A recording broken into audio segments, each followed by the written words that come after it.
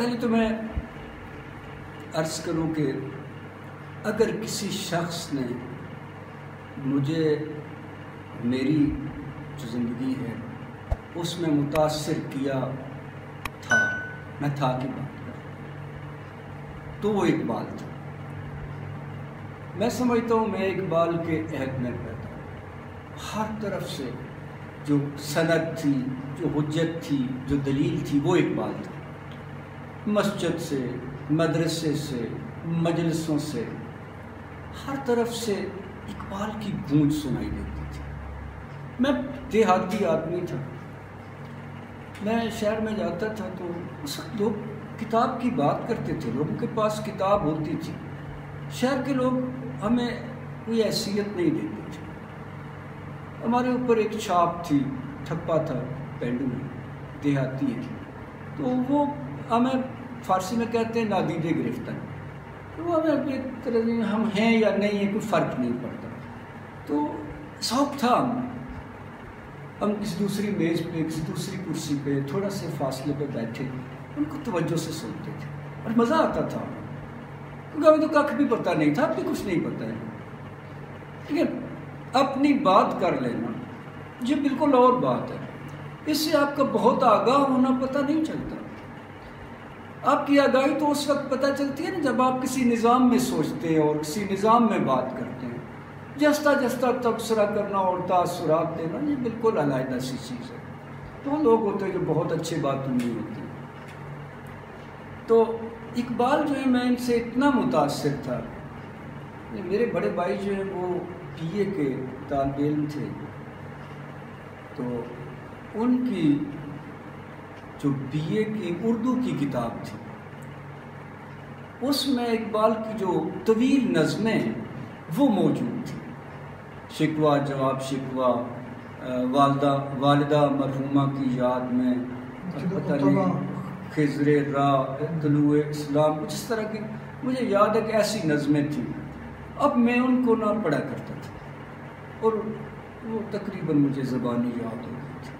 بہت ابتدا میں تیسری چوتھی جماعت میں پڑھتا تھا تو ہمارے زمانے میں لوگ پڑھ لیتے تھے تیسری چوتھی والے میں، اور غلط پڑھتے ہوں گے۔ مثلاً میں حمیت جو لفظ ہے، جمعیت جو لفظ ہے اس کو میں حمیت پڑھتا تھا، ہو سکتا ہے اس میں وہ جیم کا نقطہ ہی نہ ہو، مجھے اب بھی یاد ہے کہ وہ یہ غلطی تھی اس میں، تو اور بھی اس طرح کی غلطیاں ہوں گی۔ لیکن اقبال سے میں اتنا متاثر تھا کہ میں نے چھٹی سے لے کر تو MA تک فارسی ہی پڑھی، اور پھر فارسی میں نے ایرانی اساتذہ سے بھی پڑھی، بڑے بڑے اساتذہ سے پڑھی، اور اس میں صرف اقبال کو پڑھا۔ اقبال سے مجھے ایسا عشق تھا، اقبال نا جو پرجوش اقبال مجھے بہت اچھا لگتا ہے، مجھے ہر پرجوش شخص بہت اچھا لگتا ہے، ہمیشہ جوان، ہمیشہ مبارز، ہمیشہ شور کرتا ہوا، گونجتا ہوا اقبال۔ تو اقبال میرے لیے ایک زندگی کا جیسے مظاہرہ تھا۔ اب اقبال کا جو نظریاتی توافق ہے وہ اسلام کے ساتھ شائع ہے، بہت ہے۔ میں اقبال کو اس لیے نظریاتی مانتا ہوں کہ وہ ایک نظری نظام کے ساتھ کچھ ایسا ملحق ہو گیا تھا کہ پھر وہ اس کا مبلغ اور اس کا پرجوش ترجمان بن گئے، اور مسلمانوں کی قومی شخصیت اور ہویت کی تشکیل میں اس نے جو کردار ادا کیا وہ میں کہہ سکتا ہوں کہ دیکھیں، ہو سکتا ہے یہ مبالغہ ہو، لیکن اقبال کی جو اثر اندازی تھی وہ شاید یہ مبالغہ ہو، وہ جناح سے زیادہ تھی، کیونکہ اس کے مخاطب بہت تھے، اور وہ ملت کے مزاج سے بھی بہت قریب تھا۔ آپ جانتے ہیں اقبال کے جو متنوع رجحانات تھے اور اس کی شخصیت کا جو عام تاثر تھا آمد الناس میں، وہ تشکیل پاکستان میں بہت معاون تھا۔ لیکن وہ جو میرا کہنا ہے کہ نظریاتی لوگ جو ہیں وہ فکری نہیں ہوتے، تو میں اس اصول پہ اقبال کو بھی نظریاتی مانتا ہوں، اس کی خدمات کو بھی مانتا ہوں، لیکن جو لوگ اس کو فلسفی کہتے ہیں شاید وہ فلسفے کی حدود کو نہیں جانتے، فلسفی ہونے کی شرائط کو نہیں جانتے۔ تو میں اقبال کو فکری معذرت کے ساتھ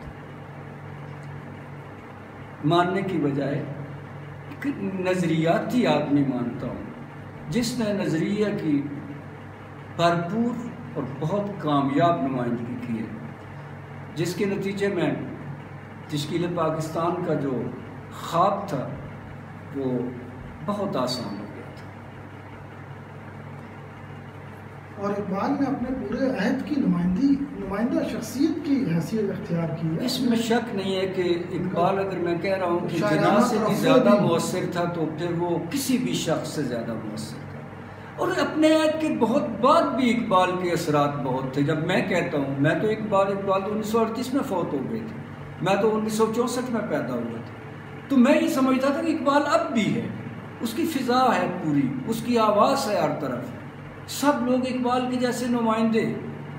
کبھی جو اقبال کے سے مختلف کوئی بات کرتا تھا تو ہمیں نہیں جچتا تھا، وہ اچھا نہیں لگتا تھا، آج بھی نہیں لگتا ہے۔ اقبال آج بھی ہمارے مقدسات میں ہے، میں اقبال سے اختلاف نہیں کر سکتا، اور اگر میں کرتا ہوں تو ملائے عام میں نہیں کر سکتا۔ یہ ہے اقبال کا اعتبار ایک ملت میں، اور ایک شاعر کے لیے یہ اعتبار حاصل کر لینا کمال حاصل کر لینا۔ بہت سارے دوسرے لوگ جو ہے وہ اس مقام اور منصب کو چاہ تو سکتے ہیں، پا نہیں سکتے۔ تو اقبال ہمارے مفاخر میں سے، ہمارے مقدسات میں سے، ہمارے موسموں میں سے، ان کی بہت قدر ہے۔ انہوں نے نظریے کی نمائندگی کی، ترجمانی کی، بلکہ اس کی ترتیب بھی اپنے عہد میں، اس کی جو روح ہے، اس کی فہمائش کی ہے، اس کو سمجھایا ہے۔ یہ بہت بڑی خدمت ہے جو بہت سارے دائیوں سے، بہت سارے خطیبوں سے اور بہت سارے ادیبوں سے نہیں ہو سکی ہے۔ اقبال کے جتنی متنازع شخصیت بھی آپ کو کوئی نہیں ملے گی، لیکن کمال اقبال کا یہ ہے کہ اقبال کے جو معاند تھے وہ اقبال کے استناد کے آگے عاجز بھی آ جاتے تھے۔ آپ اگر ان کی مراسلت کو دیکھیں، مکاتبت کو دیکھیں، تو اقبال بہت آگاہ شخصیت تھے۔ میں سے زیادہ ان کے بارے میں کہنا نہیں چاہتا۔